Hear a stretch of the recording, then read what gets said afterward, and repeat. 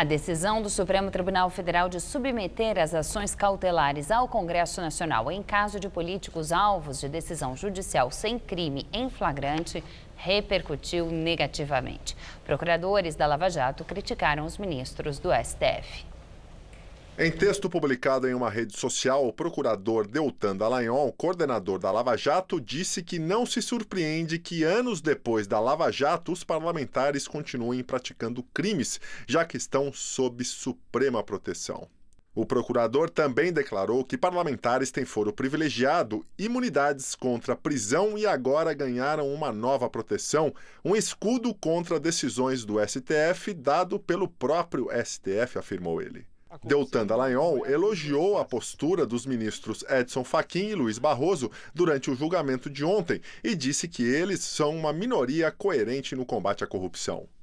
Outro procurador da Lava Jato que se posicionou duramente contra a decisão de ontem na Suprema Corte foi Carlos Fernando dos Santos Lima, que também usou as redes sociais para dizer que o STF deixou de lado todo o processo histórico de consolidação da interpretação da Constituição Federal pelo Poder Judiciário para se curvar às ameaças dos políticos. Segundo o procurador, a decisão dos ministros do Supremo ontem foi frágil e tímida, gaguejante até por uma falsa contemporização por parte deles, avaliou. De acordo com Carlos Fernando dos Santos Lima, há momentos em que devemos buscar a harmonia, mas há aqueles em que só resta a coragem de fazer o certo, criticou o procurador da Lava Jato. A repercussão negativa ocorreu depois que o Supremo Tribunal Federal decidiu por 6-5 que a última palavra em relação ao afastamento de parlamentares alvos de sentença judicial no exercício do cargo seja das casas legislativas,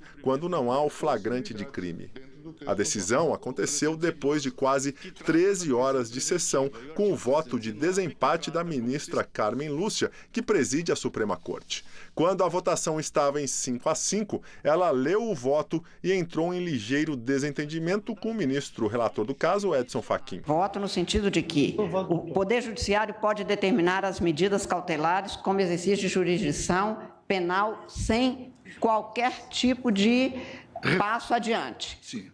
Salvo no que se refere ao afastamento para o exercício do mandato, porque, neste caso, o meu entendimento é de que, de acordo com a Constituição, essa afinação com o eleitor faz com que haja isso. Por causa do voto confuso da ministra Carmen Lúcia, os ministros levaram mais de 1 hora para deliberar sobre a sentença final.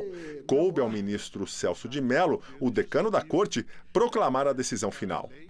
O tribunal, por maioria, julgou parcialmente procedente a ação direta de inconstitucionalidade para deixar assentado, seriam 2 tópicos, para deixar assentado que o Supremo Tribunal Federal dispõe de competência para impor, por autoridade própria, as medidas cautelares a que se refere o artigo 319 do Código de Processo Penal. Prosseguindo no julgamento, o tribunal, também por votação majoritária, deliberou que se imporá